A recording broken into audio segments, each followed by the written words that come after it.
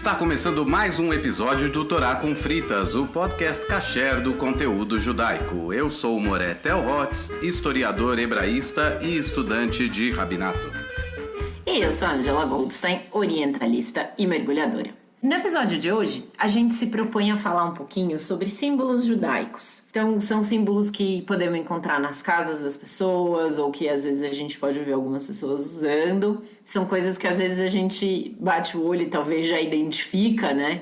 Falando, isso é uma coisa judaica ou não. Então, a gente se propôs a falar um pouquinho a respeito desses símbolos, o que eles significam, quando são usados. Então, acho que a gente tinha começado a pensar nisso, eram os primeiros deles relacionados aos momentos da reza, e que a maioria inicialmente é usada apenas pelos homens, mas que hoje em dia são usados por mulheres também. Por exemplo, a kippah, que em alguns contextos é usada apenas pelos homens e que em outros contextos pode ser usada pelas mulheres também. Exatamente.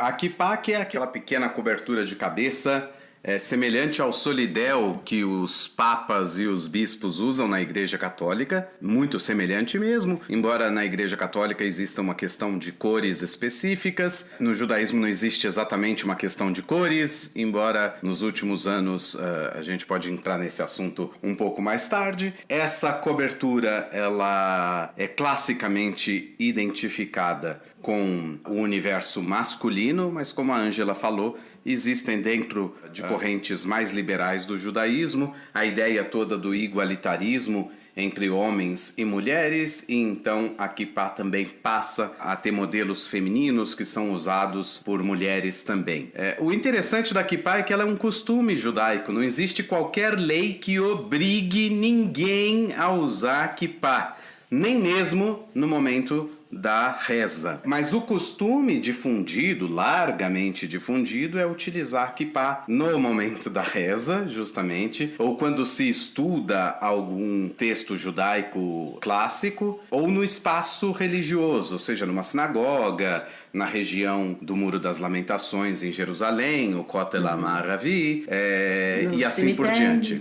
Nos cemitérios judaicos, é muito costumeiro que já na porta do cemitério, se você pretende ir a algum velório, algum sepultamento judaico, na porta do cemitério é muito comum que exista alguém distribuindo kippot, plural de kippah, caso você não tenha uma kippah, não esteja usando uma kippah. Ninguém sabe exatamente, no formato que ela tem hoje, ninguém sabe exatamente quando ela surgiu, porque nós temos gravuras de rabinos do século XVII, do século XVIII, que eles usam uma cobertura de cabeça diferente, uma cobertura, às vezes um chapéu, às vezes um shtreimel, aquele típico chapéu russo de pelo e tal. Mas pele, né? É pele com pelo, né? É pele peluda, é uma pele de animal peluda. E existem outros tipos de cobertura que cobrem a cabeça inteira, como se fosse uma espécie de touca. Enfim, a kippah passou por transformações no decorrer dos séculos. E os textos mais antigos que falam sobre cobertura de cabeça por parte de homens datam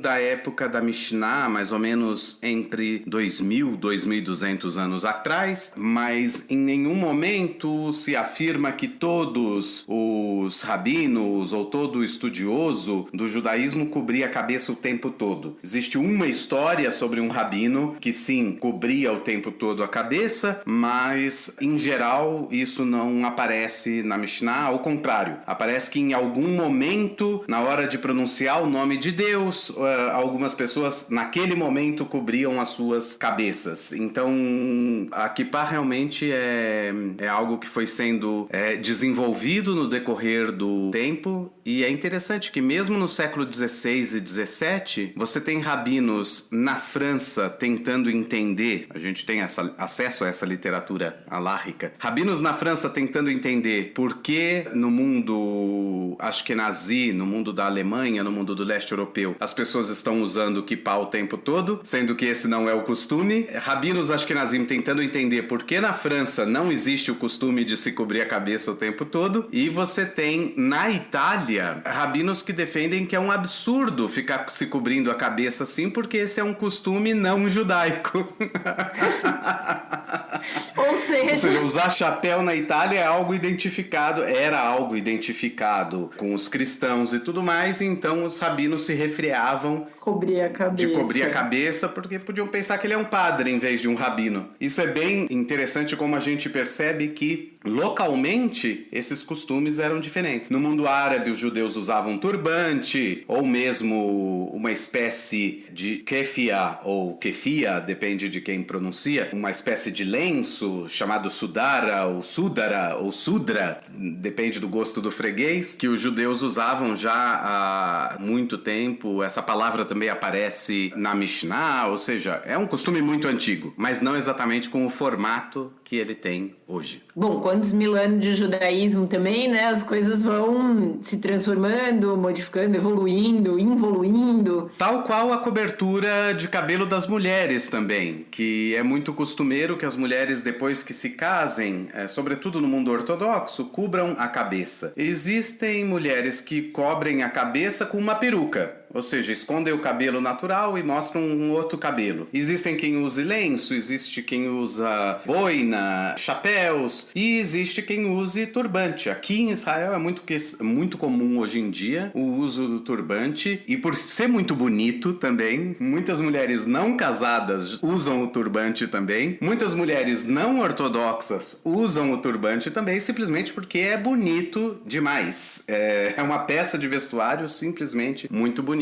Mas ela passa por transformações também no decorrer dos anos e dependendo de local para local. E uma coisa que eu acho interessante pensar da kippah também, né, que ela costuma ser usada em ambientes sagrados, né, como o Muro das Lamentações, sinagogas e cemitérios, mas também na hora que você vai rezar em casa, é costumeiro colocar essa kippah. É necessário que seja uma kippah? Não. Isso eu acho legal. Pode ser qualquer elemento que cubra a cabeça, né? Pode ser um boné, pode ser um chapéu que você tenha, pode ser um lenço, pode um gorro. ser, exato, pode ser aquele gorro do casaco mesmo, pode ser capuz, também. Né? Um capuz. Eu já vi gente colocar até a mão. Existe uma discussão interessante sobre a mão.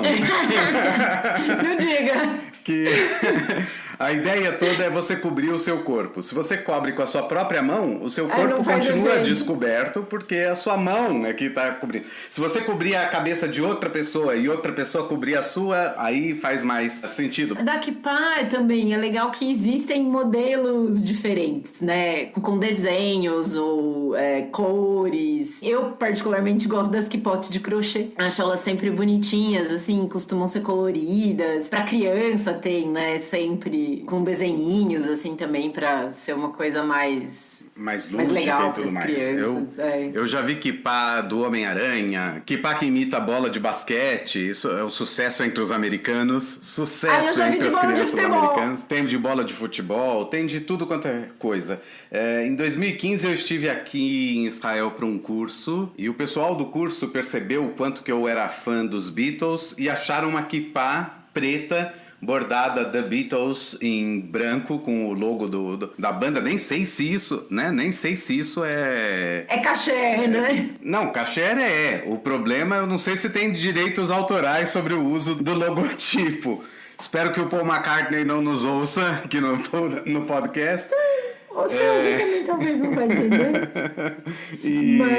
Enfim, eu tenho uma kippah dos Beatles por conta disso. Tem kippah do Corinthians, do Palmeiras, tem de todos os times para ninguém reclamar. Realmente não existe uma forma específica ou cores específicas e assim por diante. O que existe na sociedade israelense é às vezes uma identificação com certos grupos religiosos de acordo com o tipo de kippah. Então é muito comum que o sefaradi, muito religioso, ou como alguns chamam o sefaradi ortodoxo, use uma kippah de camurça preta. Já entre Hassidim é muito comum que seja uma kippah preta de veludo, bem grande. Existem outros religiosos nacionalistas que usam uma kippah de crochê bem pequenininha, quase plana, assim em cima da cabeça. Existem outros que usam kippah de crochê um pouco maior.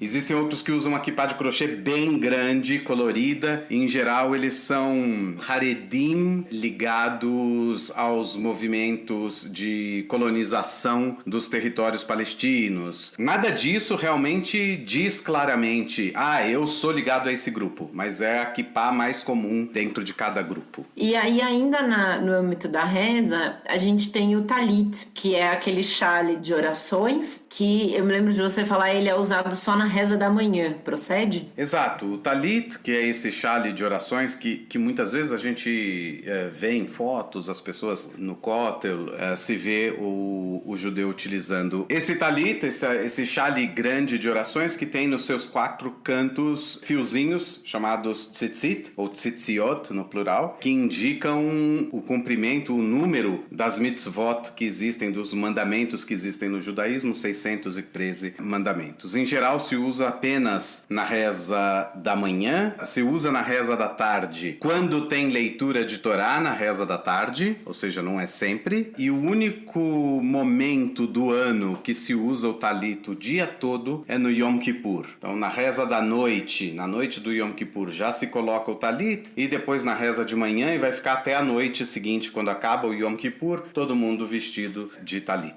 Talit é uma coisa que as mulheres usam menos, né? Eu vejo, assim, no movimento reformista, mais mulheres usando kippah do que talit, né? Não é uma coisa que a gente ainda tenha adquirido o hábito de usar ou... Eu não sei, eu acho que varia de comunidade para comunidade. Em São Paulo, na comunidade Shalom, é muito comum o uso de talit por mulheres. Aqui em Israel, nas sinagogas liberais, o talit é muito mais comum até do que a kippah, pelo que eu percebo, mas talvez fora de Israel, no mundo liberal, seja talvez mais comum o uso da kippah por mulheres do que do talit. Embora também haja comunidades liberais onde as mulheres em geral não utilizam kippah nem talit. É simplesmente muito do gosto do freguês aí também. Não existe uma obrigação.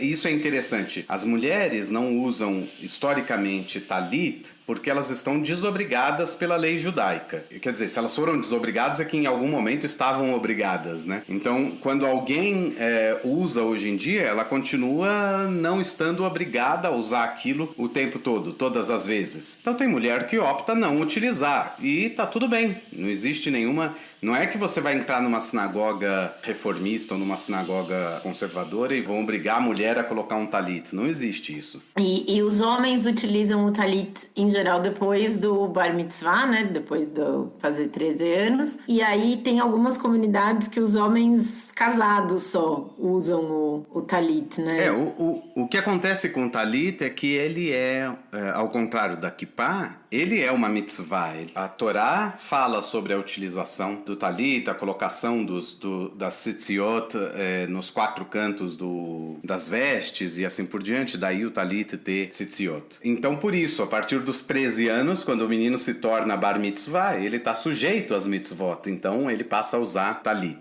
E aí tem uma diferença.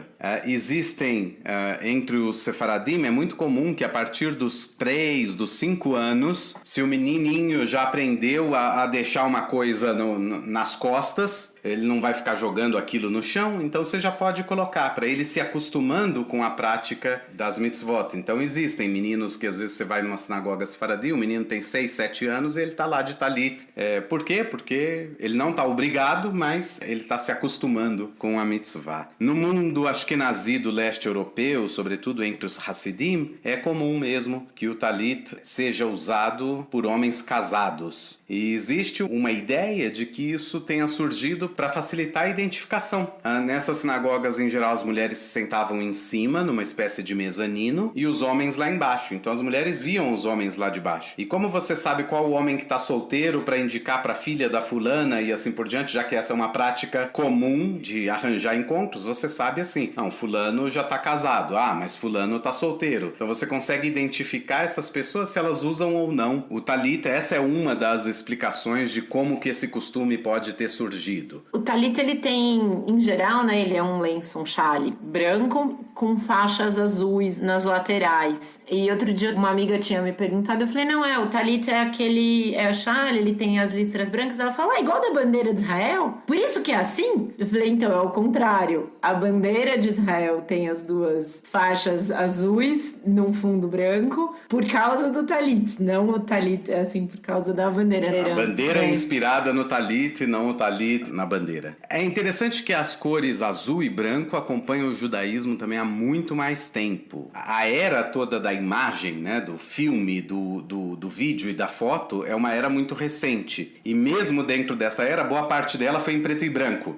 Então, começou-se a ver o azul e o branco muito mais recentemente. Mas, historicamente, a cor aparece já nas fontes judaicas mais antigas. O próprio talit, no texto da Torá, que fala sobre os fios, que fala sobre os tzitziot, que devem ser colocados nos 4 cantos das vestes, se fala de um dos fios ser de cor tchelet, que é um azul celeste. Então a cor azul, em contraste com a cor branca, ela já existe há Eu já vi talites com tempo outras cores também, né? Tem alguns judaísmo. com as listras pretas ou até mesmo coloridas, assim.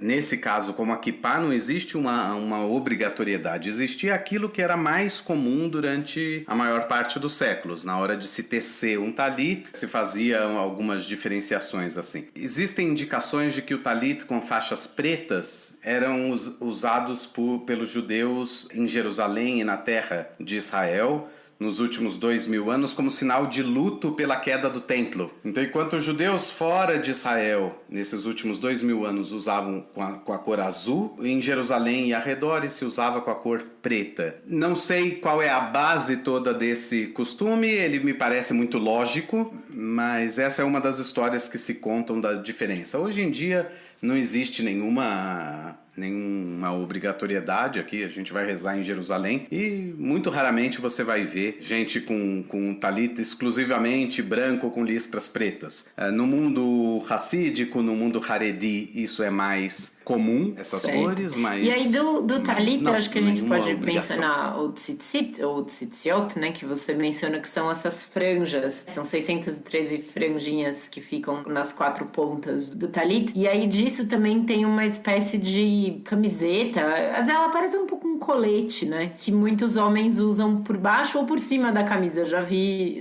dos dois jeitos, com as franjinhas, que é uma maneira de você usar o talit pelo dia todo. Mais comum, vejo Deus mais religiosos usando, né, uma peça de roupa de uso diário. E aí tem gente que prefere pôr por baixo e tem gente que prefere pôr por cima da camisa. Mas o curioso é que daí as franjas ficam sempre para fora da calça. Você vê a pessoa com a camisa para dentro da calça, assim, e as franjas para fora. Naquela série Stiesel que a gente mencionou em alguns episódios, é bem comum ver os personagens com essa peça de vestimenta, né?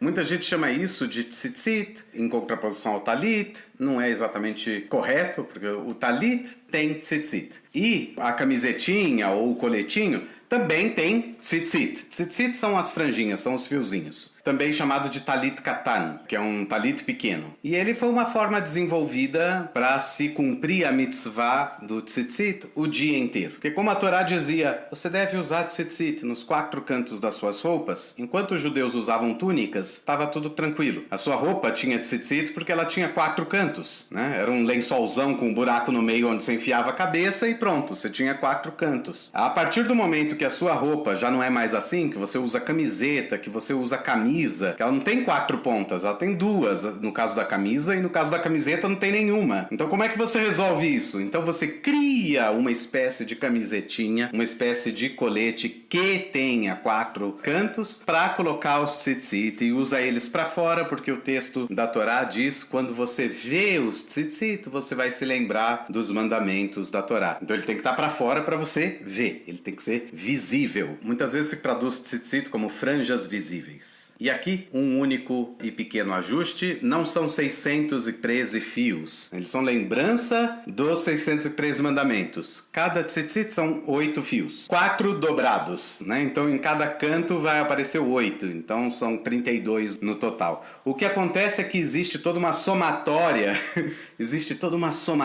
na numerologia judaica, que soma o valor das letras da palavra tzitzit, mais a quantidade de nós que existem existem nesses fiozinhos, mais a quantidade de voltas que existem entre os nós, e aí o total dá 613. Essa é a questão. Por isso que ele é lembrança dos 613 mandamentos. E aí, acho que para finalizar essa parte dos objetos e símbolos que são usados nas rezas, vem por último o tefilim, que são aqueles também chamados em português de filactérios. Eu acho uma palavra muito engraçada em português, a sonoridade dela. Eu acho que além de engraçado, a palavra filactérios não diz absolutamente nada pra ninguém. A primeira vez que eu vi filactérios, alguém me explicou, eu falei, o que é tefilim? Quando eu ouvi, e alguém me falou, são filactérios. Eu imaginei uns fiozinhos. Filactério, pra mim, eu imagino uns fios. Aí eu achei que fosse o talit. Não, ela é aquela tipo de coisa quando você começa a aprender uma língua e aí você pega um dicionário monolíngue, aí você vai procurar uma palavra e a palavra que tá como definição da palavra que você tava procurando,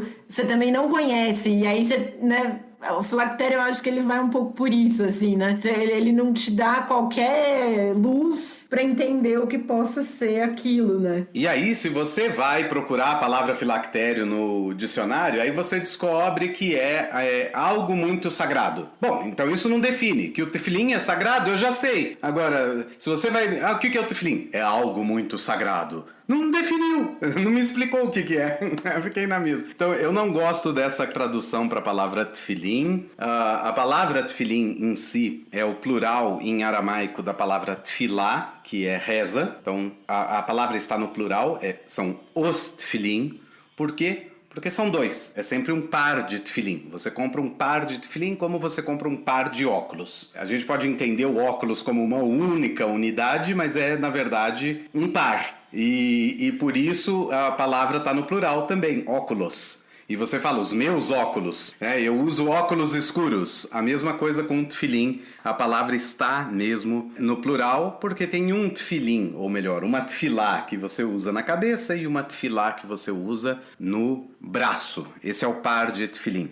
E a da cabeça eu acho que ela causa até um pouco mais, não sei bem a palavra para usar, mas impacto talvez. Eu não sei, eu acho que os dois chamam a atenção de maneiras muito diferentes. Mas enfim, entrando no tefilim propriamente dito, eles são duas caixinhas, dois cubos feitos de couro, e dentro desses cubos existem trechos da Torá escritos em pergaminho por um escriba devidamente instruído e ordenado para fazer tefilim. Então por isso que foi traduzido como filactérios, porque realmente ele é como se fosse um repositório de algo muito sagrado que é texto da Torá e que está protegido dentro desse cubo preto. E aí existe um que você usa na cabeça, que chama muito a atenção porque você vê de longe, ele meio que fica no alto da testa, ou seja, ele meio que aponta para cima, então de longe você vê alguém usando o tefilim, então ele chama muito a atenção. Enquanto o do braço, ele é meio escondido, que você usa aqui no braço, voltado para dentro do corpo. Porém, você enrola ele 7 vezes, as fitas que servem para segurar ele, para amarrar ele, você enrola ele no braço. Então ele acaba chamando muita atenção pelas fitas que estão enroladas. Muita gente acha que tem uma fita no braço e uma caixinha na testa. Não, o do braço também tem uma caixinha que você acaba não vendo porque ele fica meio escondido no momento da reza. Ele fica numa parte mais alta do braço também, né? Ele fica para cima do cotovelo virado para dentro. Exato, como se apontasse pro coração. E aí a parte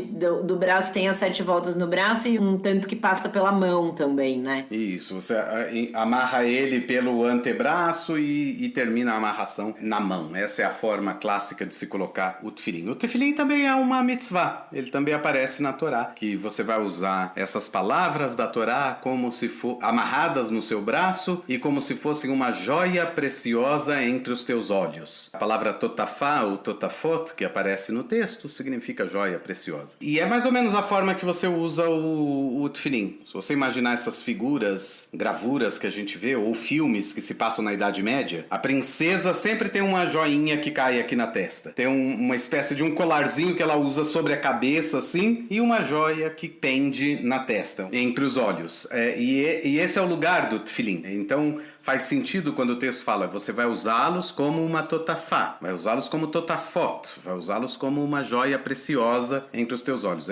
Se refere ao formato dele ou ao lugar onde se coloca o tefilim. A palavra totafá é descritiva nesse sentido, mas eu acho muito bonito traduzir assim, que eles serão como uma joia preciosa entre os teus olhos, uma coisa muito valiosa, preciosa, cujos valores presentes naquelas palavras que estão guardadas ali dentro do tefilim te guiem para a vida. Sim, e aí dentro de cada uma das caixinhas tem esses pergaminhos e tem uma diferença, né, Theo? O do braço e o da testa, a quantidade de pergaminhos. Exatamente, são 4 trechos da Torá, 4 trechos que falam sobre o tefilim. Então o que os sábios fizeram? Decidiram, ou se não decidiram, a tradição é muito antiga, então o mais correto é se dizer que a tradição antiquíssima que foi transmitida pelos nossos sábios dizia que esses 4 trechos deviam estar escritos em um único pergaminho, então os 4 trechos em seguidas. Esse pergaminho é enrolado e colocado no tefilim do braço. Enquanto o da cabeça, esses 4 mesmos trechos são colocados em 4 pergaminhos diferentes e colocados dentro desse cubinho. Esse cubinho da cabeça ele é dividido em 4 partes. Se você vê um tefilim de perto, você vai perceber que ele é dividido. E dentro dele, então, se coloca os 4 pergaminhos. No total, então, você tem 4 trechos repetidos em 5 pergaminhos. E o número 5 evoca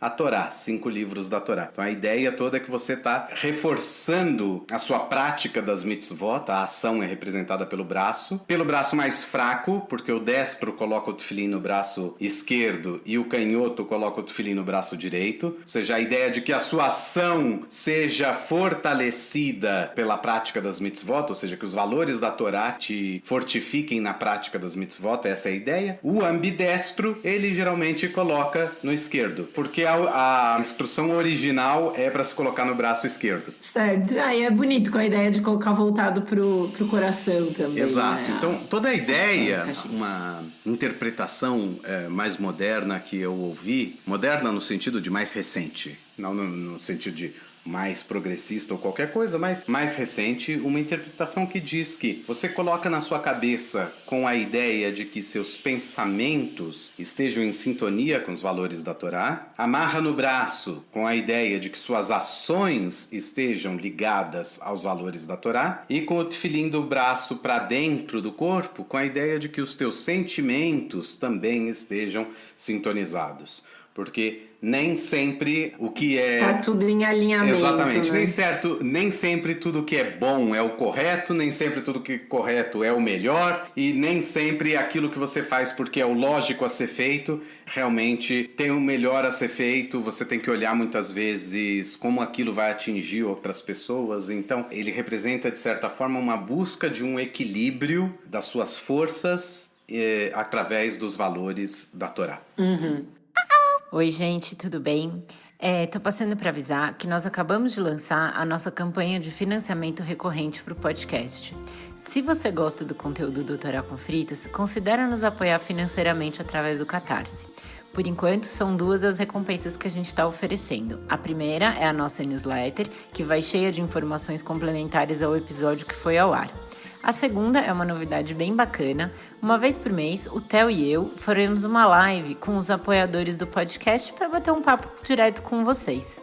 O apoio é super importante para a gente manter o podcast no ar. Para saber mais, é só acessar catarse.me/Torá com Fritas. Então, acho que em termos de símbolos de rezas, a gente cobriu basicamente tudo. E o que eu queria falar agora é da estrela de Davi, que acho que é, né, a gente pegar a bandeira de Israel também, né, assim como o talit é um símbolo judaico que está representado na bandeira de Israel, a estrela de Davi é bem facilmente identificável, né, como um símbolo judaico. Infelizmente, durante o Holocausto, na Segunda Guerra Mundial, foi o símbolo que escolheram para nos identificar, né, a estrela de Davi amarela, escrito na língua local, né, Juda em alemão, Juif em francês, que eram como os judeus, primeiro antes de serem levados aos campos, eram como os judeus eram identificados nas ruas, e depois dentro do campo. Isso é uma coisa, enfim, eu ia falar que eu gosto de lembrar, mas eu não gosto, eu acho importante lembrar que não foram apenas judeus que estavam concentrados nos campos, e aí cada grupo de prisioneiros tinha um símbolo específico. O nosso era a estrela de Davi. Por que ela é um símbolo tão importante, tão ligado, talvez o principal símbolo ligado ao judaísmo que a gente tem? Essa é uma resposta, uma pergunta interessante e uma resposta bem mais interessante. A resposta é: ninguém sabe. O fato é, a estrela de Davi, como ela é hoje, a gente desconhece a origem propriamente dita. A gente sabe que, historicamente, através da arqueologia, a gente acha os dois triângulos equiláteros invertidos e entrelaçados que formam essa estrela de 6 pontas. A gente acha em outras civilizações. O que a gente sabe é que ela é usada dentro da civilização judaica já há cerca de 2000 anos. Existem antigas sinagogas que foram escavadas aqui em Israel, onde você encontra nas fundações as paredes com a estrela de Davi gravada nelas e assim por diante. E ela ganhou esse nome, Estrela de Davi, por quê? Porque ela foi associada ao judaísmo, né? E Davi era o rei de Israel, então ela acabou sendo associada. A gente não sabe quando exatamente surgiu. Em outras culturas ela também é chamada de selo de Salomão, embora tenha uma diferença técnica aí. O selo de Salomão são também 2 triângulos equiláteros invertidos, um sobreposto ao outro, e eles são maciços, não é só o contorno. A Estrela de Davi é o contorno dos triângulos entrelaçados um no outro, enquanto o selo de Salomão ele é só o formato. Ele é preenchido. No caso das estrelas de Davi amarelas, elas eram tecnicamente selos de Salomão amarelos. Na prática não muda muita coisa. O fato é que com o passar do tempo e sobretudo no final da Idade Antiga e começo da Idade Média, com o surgimento dos grandes amuletos e também com a dispersão judaica, sobretudo pelo mundo cristão, e no mundo cristão rapidamente se desenvolveu o costume de se usar um crucifixo, algum símbolo cristão pendurado ao pescoço, né, como um pingente.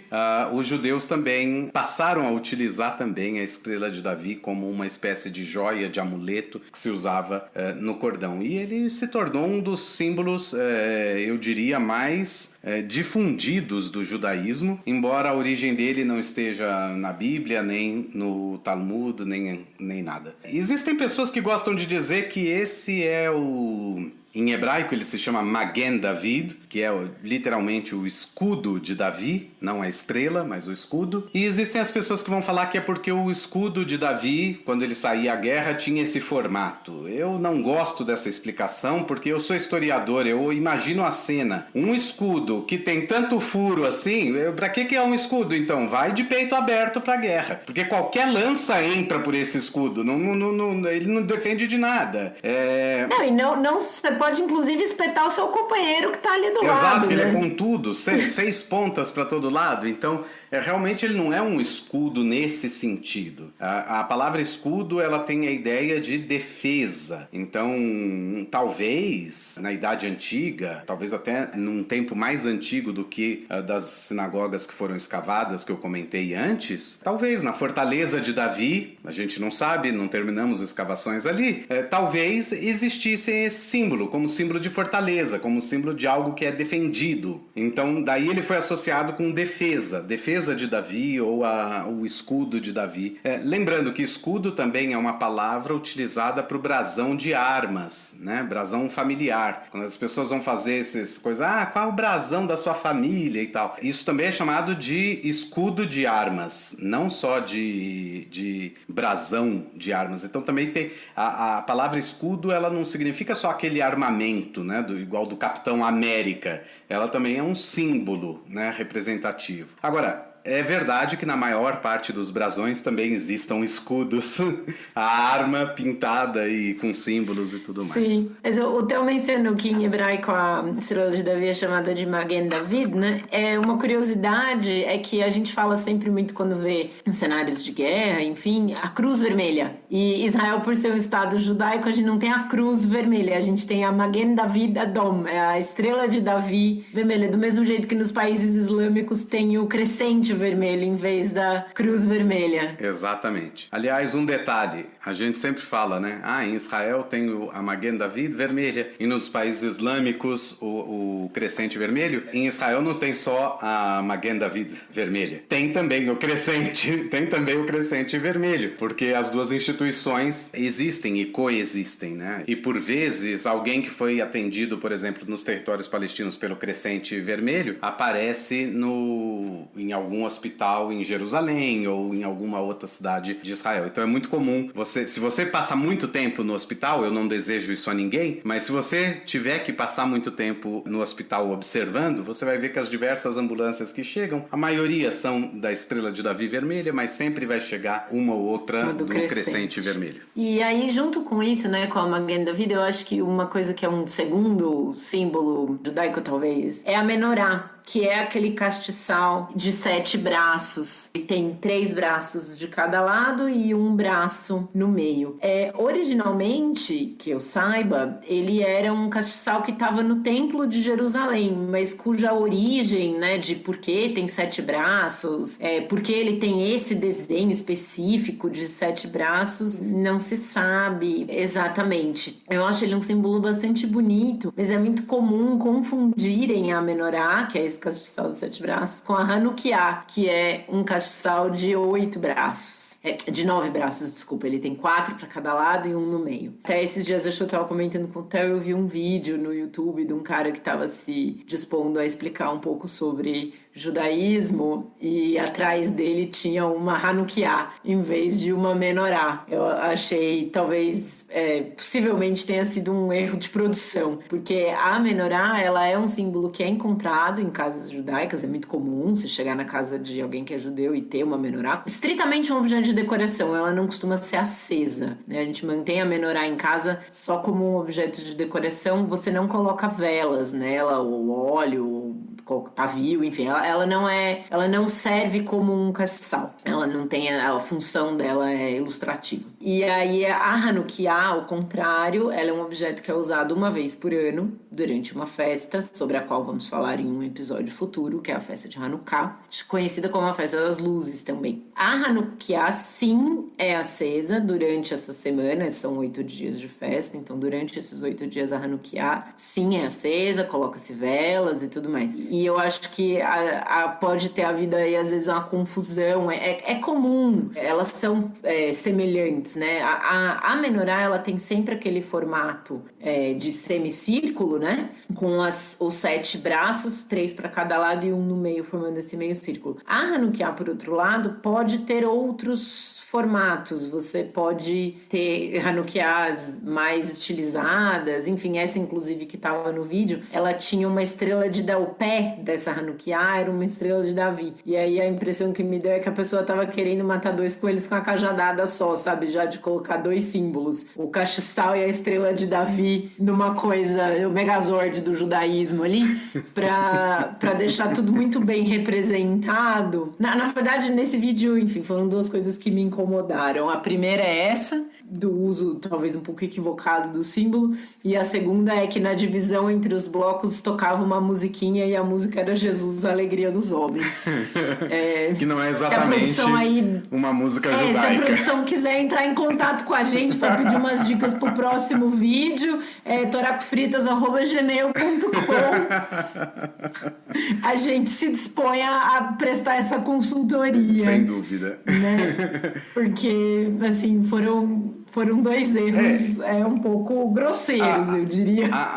O que acontece é que a palavra para menorá, vamos escrever assim com M minúsculo, embora no hebraico não exista M minúsculo nem maiúsculo, mas a palavra menorá em geral significa algo que ilumina. Então, se você estiver se referindo a um lustre, a um abajur, em hebraico moderno é uma menorá. Eu descrevo que no meu quarto tem uma cama e tem uma menorá de cada lado da cama. Eu não estou me referindo ao candelabro de 7 braços. Eu estou me referindo a abajures. Essa é uma palavra geral. Agora, quando a gente fala menorá, mezuhevet, menorá de ouro, aí eu tô me referindo àquela menorá que existia lá no templo, cuja descrição aparece pela primeira vez na Torá, na Parashá Behalotecha, no livro de Números, e que se fala de uma menorá feita de 7 braços, feita totalmente de ouro e assim por diante. E ela estava lá no templo. Qual era a grande função religiosa da menorá? Não tinha função religiosa, senão o nome era outro.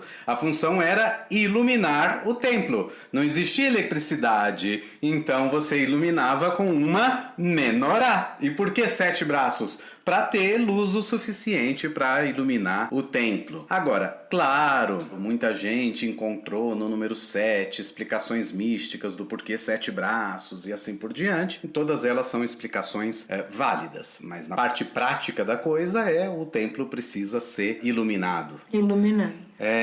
Essa menorá de ouro foi destruída junto com o templo e refizeram, né? Ela tem uma réplica dela, ou enfim, uma nova, né? Que está em Jerusalém. Ela pode ser. Os romanos, quando o templo foi destruído, os romanos levaram a menorá embora, ouro maciço, quem não ia querer levar. No Arco de Tito, em Roma, é possível se ver essa cena da vitória dos romanos e eles levando a menorá de ouro. Foi uma das grandes vitórias romanas da época, e hoje o Temple Institute fez essa réplica que a Ângela se refere. Ela foi colocada primeiro na cidade antiga, depois perto da sinagoga Hurva, e hoje ela tá na entrada para a área do Kotel Amaravi. Estão levando ela aos poucos para o lugar mais perto de onde o templo esteve. Ela é feita em ouro maciço, fica em volta de uma redoma, de um vidro super espesso. Ela tá dentro de uma redoma e tudo mais, porque ela é ouro maciço, é algo maluco assim de se ver, é super impressionante de se ver. E o que acontece? Como a palavra menorá, no seu sentido mais amplo, é algo de iluminar, o candelabro utilizado para a festa de Hanukkah era muitas vezes chamado de menorá de Hanukkah. Em cada uma das línguas na Europa, é muito comum você ver que os americanos até hoje falam Hanukkah Menorah. Eles não falam de jeito nenhum Hanukkah. Você fala Hanukkah para um americano, ele não tem ideia do que você está falando. O judeu americano, muitas vezes, a não ser que ele fale hebraico. A palavra Hanukkah foi criada no hebraico moderno, ela não existia antes, ela foi criada, desenvolvida para explicar a especificidade desse candelabro específico da festa de Hanukkah. Então é uma palavra realmente nova. Mas realmente, toda Hanukkah na prática é uma menorá, mas a menorá com M maiúsculo, por assim dizer, é aquela de 7 braços que hoje também se encontra no brasão de armas ou no brasão do Estado de Israel. É o símbolo do Estado de Israel, é um escudo com a menorá do templo e ao redor dela 2 galhos de oliveira.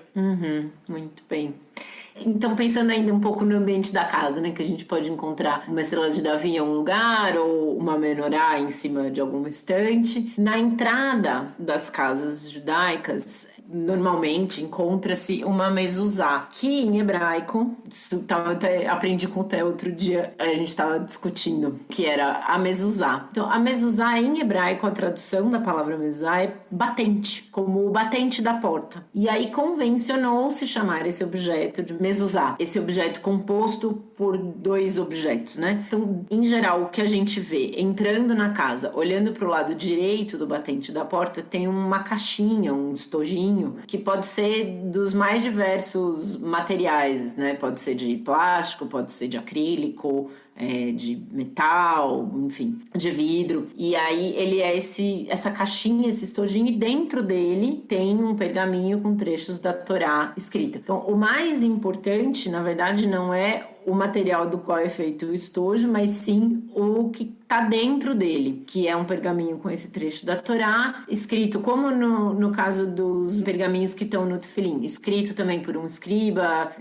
registrado, enfim, com formação para isso, né? E aí tem isso escrito em couro de vaca, enrola-se esse pergaminho e coloca-se nesse estojinho para que cada vez que você se entre ou saia da sua casa, você se lembre dos mandamentos da Torá, lembre-se de Deus, enfim. Existe, e aí essa é uma visão que particularmente me incomoda um pouco, às vezes, das pessoas encararem a mezuzá como um amuleto, assim, uma coisa de, que vai te dar vida longa, vai te dar prosperidade, Não, a mezuzá, ela é uma mitzvah, ela é um mandamento, é uma coisa que você tem que ter na entrada da sua casa, para que quando você entre e saia, você se lembre de seguir a Torá. Eu já vi gente colocar mezuzá em carro, que eu acho uma coisa esquisitíssima, e eu já vi gente usando também pendurado numa corrente, assim, eu também achei um uso um pouco esquisito,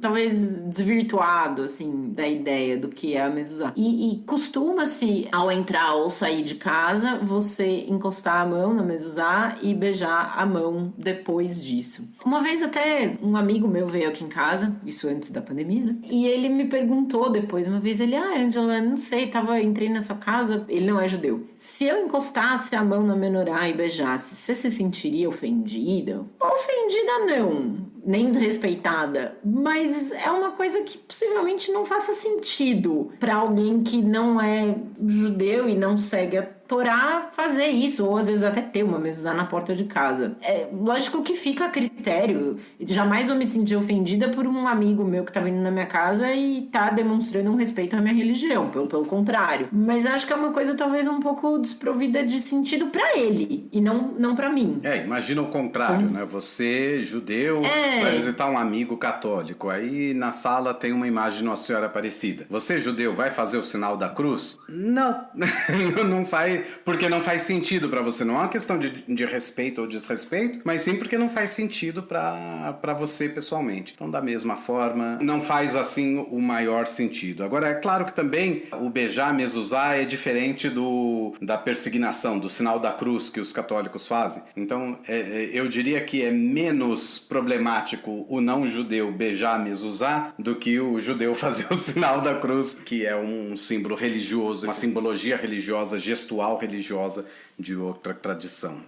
E a mezuzá, idealmente, é que se tenha uma em cada batente da casa, com exceção do banheiro. Em cada porta da casa. Uma, pelo menos. Em cada batente teria que ter 3, né? Nossa, é verdade. Não, cada porta. E é sempre do lado direito da porta, onde você vai colar a mezuzá, ou pregar, enfim, né? E aí convenciona-se que tenha uma em cada porta da casa, à exceção do banheiro, porque, enfim, é um lugar sujo e aí você não vai rezar ou lembrar da Torá. Hoje, justamente, o banheiro é um dos lugares mais limpos da casa, porque a quantidade de produto que você usa para manter o banheiro limpo é impressionante, mas ainda assim, é um lugar onde, enfim, você não faz as melhores das suas ações e atividades dentro do banheiro, então ele não é visto como um lugar respeitoso para se ter uma mezuzá. Geralmente é do lado direito da porta, no sentido da entrada. Então, a porta do quarto, então do lado de direito, no sentido da entrada. Mas se eu estiver saindo do quarto, ela me parece do lado esquerdo. Mas é assim que se coloca a mezuzá. Então, na prática, a mezuzá vem desse texto da Torá que diz: você deve escrever essas palavras nos batentes das suas portas. Em vez de escrever no batente, a gente escreve, para não desvalorizar a casa, a gente escreve no pergaminho, do pergaminho coloca no estojinho, e o estojinho a gente coloca no batente. E acaba chamando as 3 coisas de mezuzá. O estojinho ganha o nome de mezuzá, o batente é mezuzá, o pergaminho é mezuzá, então tem que ser muito específico quando você quer comprar uma mezuzá. Quando você fala, eu quero uma mezuzá, o pergaminho. Especifica que você está procurando é o pergaminho. Porque podem te vender uma caixinha sem o pergaminho. Ou vice-versa. Eu só quero comprar a caixinha, que a minha quebrou. E aí vão te vender junto com o pergaminho, sai muito mais caro. Você fala, não, eu só quero a caixinha. E assim por diante. E falando em sai mais caro, quanto menor a mezuzá, mais caro porque mais difícil para o escriba escrever no pergaminho pequeno. Então, a mezuzá um pouco maior ou de tamanho médio já sai mais em conta. Sai mais em conta, fica a dica para quem for adquirir suas mezuzot. Comprar uma mezuzá. E tem falando em gastar dinheiro, tem a piadinha do judeu rico, você sabia? Sabe qual que é? O do judeu milionário que comprou uma mansão de 100 quartos. Ele desistiu da compra quando ele percebeu que ele tinha dinheiro para pagar a casa, mas ele não ia conseguir comprar mezuzá para todas as portas. Pois é. E, enfim, aí, além da mezuzá, que é uma coisa comum da gente encontrar nas casas judaicas, tem ainda alguns outros símbolos que daí são mais comuns da gente ver em anéis ou pulseiras pingentes, ou mesmo que podem ser colocados na casa, né? Que são a hamsa, que é aquela mão estilizada, que é um símbolo até comum às 3 grandes religiões monoteístas, né? Ela é com nomes diferentes em cada uma das religiões, mas ela é aquela mão que pode estar voltada para cima ou para baixo. A ideia de que se ela estiver voltada para cima, ela atrai coisas boas, e que se ela estiver voltada para baixo, ela vai afastar coisas ruins. Então, fica aí ainda esse símbolo. É comum, às vezes, você vê pessoas usando. Eu diria que mais colares. do que um símbolo religioso, ele é um símbolo muito da região do Oriente Médio, né? E incluindo aí a Grécia. Porque a Grécia foi... O que hoje é Grécia foi durante boa parte do tempo também parte do Império Turco. Então, essa influência toda do Império Turco apareceu. O olho grego, por exemplo, que é outro símbolo que aparece tanto no Islã, quanto no judaísmo, quanto no cristianismo oriental, também. A gente chama de olho grego, mas as pessoas chamam de olho turco. E é o mesmo olho. O grego nunca vai chamar de olho turco. Ele tem orgulho de que o olho é grego. A gente muitas vezes chama de olho grego, que é também outro símbolo desse. Às vezes a Hamsa tem um olho grego também colocado nela, enfim. Ninguém sabe a origem exata dessa simbologia. No Islã, ela é chamada de mão de Fátima, então a ideia parece vir aí de algo que está ligado já ao profeta Muhammad, já desde o início do Islã. No mundo judaico é chamada de Hamsa, ou seja, o importante aí é o número 5. Hamesh é 5 em hebraico, Hamsa é o número 5 em árabe, e 5 é um número importante para o judaísmo, remete aos rolos da Torá e assim por diante. Eu acho que é uma releitura de um mesmo símbolo que era comum na região como um todo. E aí, além disso, tem o Rai. Esses símbolos todos a gente está falando e tá tudo um pouco nebuloso, né? Porque, enfim, o podcast é só áudio, mas a gente vai mandar imagens deles todos na newsletter para todo mundo. Vamos mandar para todo mundo poder se situar, né? E o Rai, que acho que talvez seja o último símbolo que a gente pode mencionar, ele é a letra Het, né? Com o Yet, e que quer dizer vida em hebraico. E eu já vi bastante comum assim ver, até tatuagem já vi bastante gente com. O Rai, a palavra Rai significa vivo, não é vida, porque vida é Haim, mas é o verbo viver. Mas enfim, é associado à vida e tudo mais, que são essas duas letras, Het e Yud.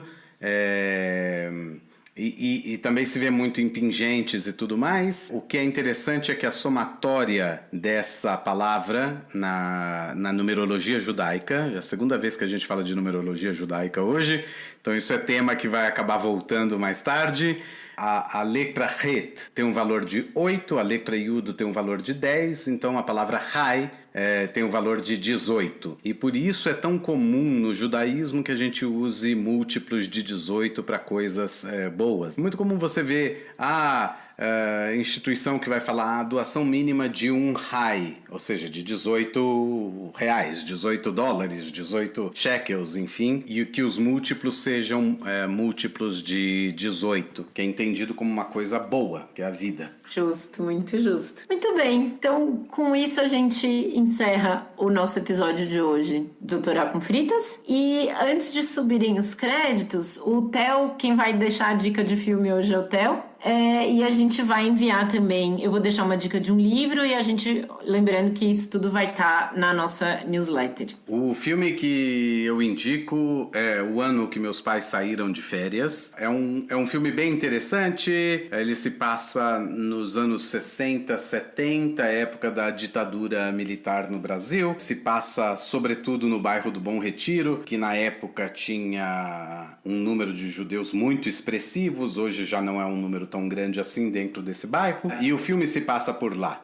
Não vou contar muito além do filme. O menino ele é deixado nesse bairro pelos pais dele e ele acaba meio que se descobrindo como judeu e vivendo nesse bairro com essas pessoas. Ele vai vendo esses símbolos, ele vai se encontrando com ritos. Então eu acho que ele fecha bem também o episódio anterior de Ciclo da Vida, mas também esse episódio de símbolos judaicos, e é uma boa maneira também de navegar pelo tempo e navegar pelo judaísmo brasileiro. É um dos meus filmes preferidos da vida, assim, eu adoro esse filme. E agora tem uma curiosidade. Você falou que o filme é passado em sua maior parte no Bom Retiro. Você sabe onde está localizado o prédio? Né, que ele fica? Onde? Em Campinas. Ah, é? Uhum. Fica na Rua Lusitana, em Campinas. O filme praticamente todo se passa no Bom Retiro, mas o prédio onde ele mora fica em Campinas.